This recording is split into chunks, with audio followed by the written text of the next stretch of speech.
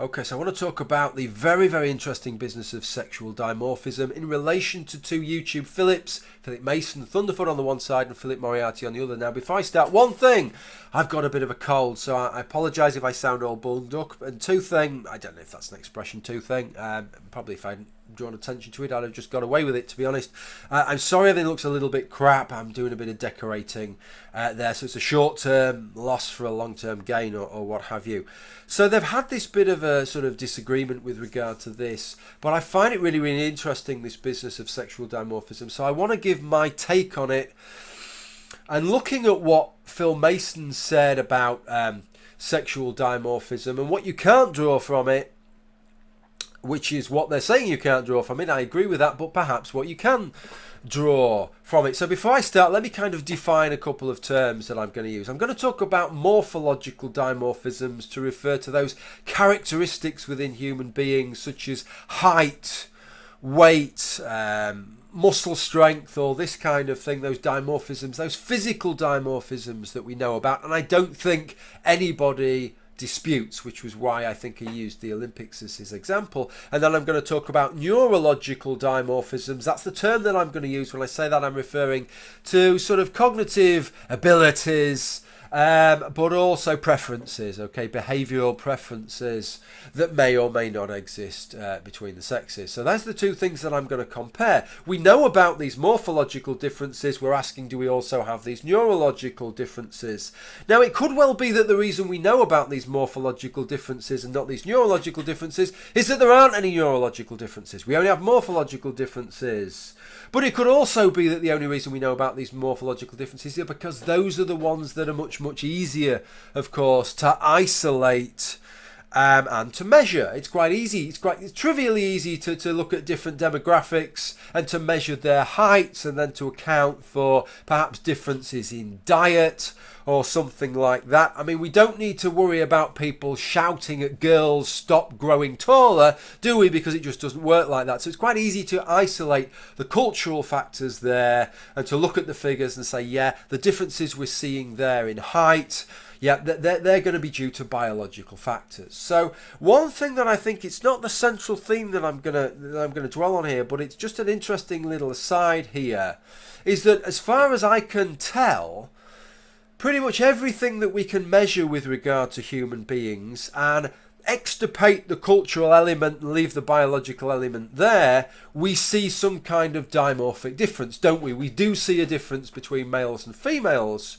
So that we may infer, I think, from there that there's quite a good chance that in those things that are harder to measure, nevertheless, if we could measure them, we may see some differences as well. That's just something to think on. Something else to think on when I'm talking about heights is when we're talking about the neurological dimorphisms, let's not get tied into things about male brains and female brains. God, if I never hear that again, it would be too soon. There was a paper, I think it was about a year ago now, which showed, or at least claimed to show, that there is no such thing as a male brain and a female brain, and a lot of people cottoned onto that as if that was ever the argument, as if the argument rests on having discrete male brains and female brains any more than sexual dimorphism in height relies upon us having discrete male heights and female heights. And if we can say, look, but some women are taller than some men, then that suggests that in no ways are we dimorphic in terms of height. What we mean when we say we're dimorphic in terms of height is we mean that the average height between men and women, and perhaps the spread as well, so we get these extremes as well as the average, is shifted between men and women, and that can be exactly the same in these neurological factors that I want to talk about in this video. Now, I'm in danger of bastardizing what Thunderf00t said and what Prof Moriarty says if I go into too much detail about what they are saying. But Philip Mason's, I think, point, he showed the Olympics and he was saying, well, we don't really mind the fact, we accept the fact that there's differences, dimorphic differences there. So dimorphic differences may well account for these other things, as such as we'd see in Prof Moriarty's intake to his physics department, which is 80-20 male-female. Now, I don't know how far Thunderf00t was going with that, whether he was saying that accounts for the full 80-20. If he is, I think he's probably in quite a small crowd of people who would make that argument. I think most people, very few people would make that argument. Most people accept that culture is playing some kind of a role there, right? And if we could take away that cultural aspect and treat all boys the same as all girls, blah, blah, blah, that gap would shrink. The question is, would it shrink to 50-50, or would it shrink to 55-45, or 60-40, or 65-35, or something like that? So is that gap built up of two factors, or is it just built up of one factor? And I think that's quite a different question to ask. Now, what I don't think with regards to what Thunderfoot had to say is that those morphological dimorphisms demonstrate neurological dimorphisms, but I do think they demonstrate something, and that something is in relation to what we ought to regard as our default position. Now, the reason that default position is important is that people can mouth acceptance of the fact there might be biological factors, but then dismiss it at the same time. In fact, one of Philip Moriarty's friends, Christy Winters, I feel does that, because she will say, oh, I accept that there may be biological factors involved in that. We may be neurologically dimorphic in ways which impact on these things, but it seems that her position is, unless they can be definitively proven, our default position is to pretend they don't exist, right? Is to just work on the basis that unless they've been definitively proven, they won't exist, and so we can start setting targets, equality of outcome style targets, and aiming for a particular position. And I think this is the part that I think is unwarranted, because I don't think that is a reasonable default position to take. And that's where these physical dimorphisms, these morphological dimorphisms come in.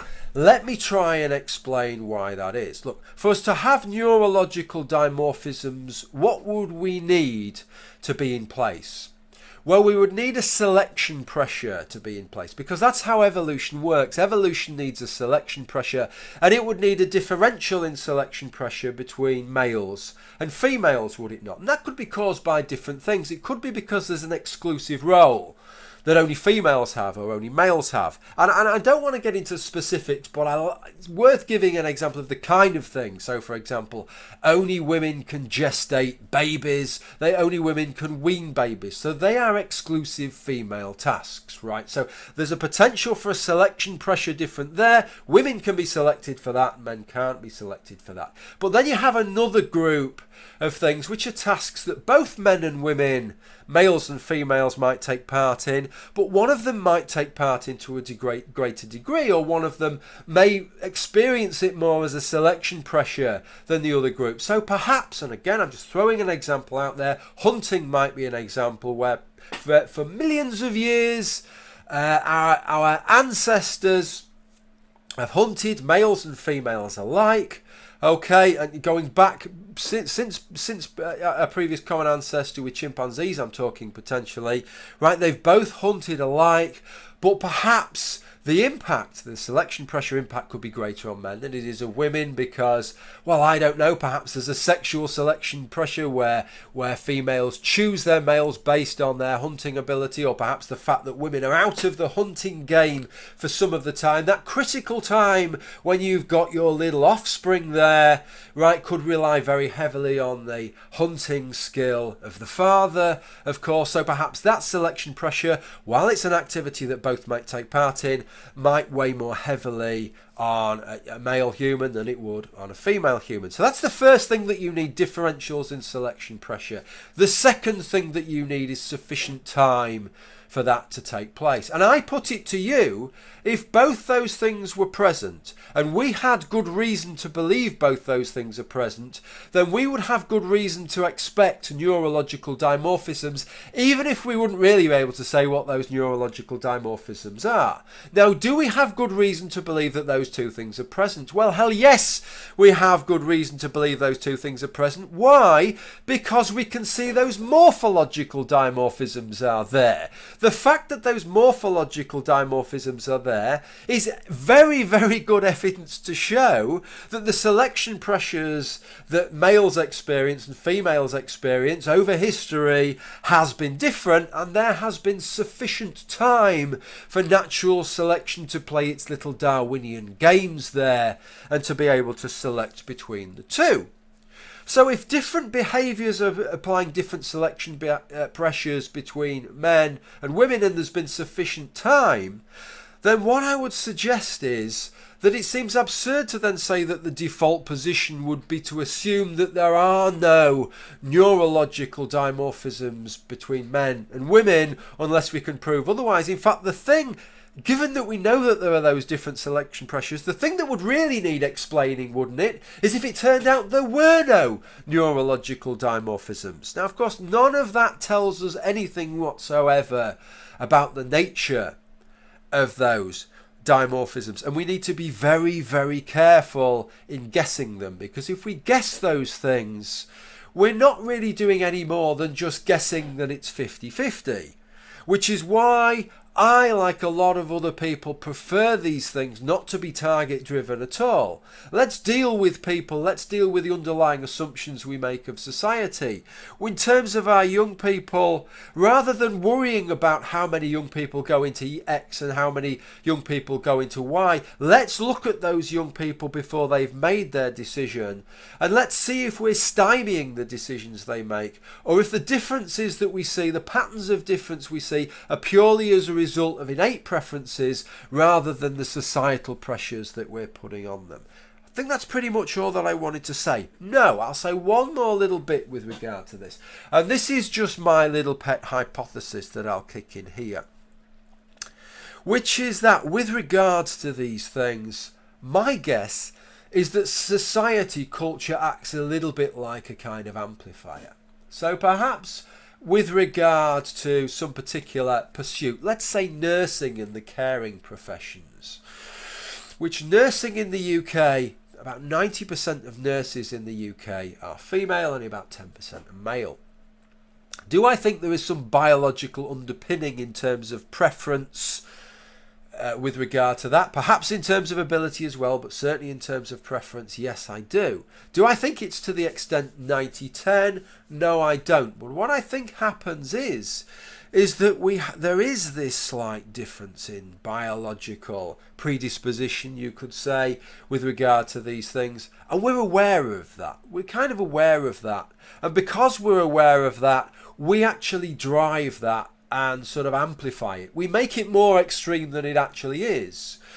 We start to see these things, because there is a slight difference, we see these things as a woman's job and a man's job, and so we start to espouse them as women's jobs or women's roles and men's roles, and so that then hardens that position, because then people grow up seeing nursing as a woman's job or seeing firefighting as a man's job, and so rather than perhaps a small difference in terms of the number of men nursing and the number of women nursing, which would perhaps reflect the natural order of things, if you like, the sort of level of biological predisposition, we amplify that effect, we make it more extreme, and the culture actually just sort of acts as a little bit of a ramp there. Well, that's my guess with regard to that, and that's all it is. Thank you for watching. I hope it's given you something to think about. Bye for now.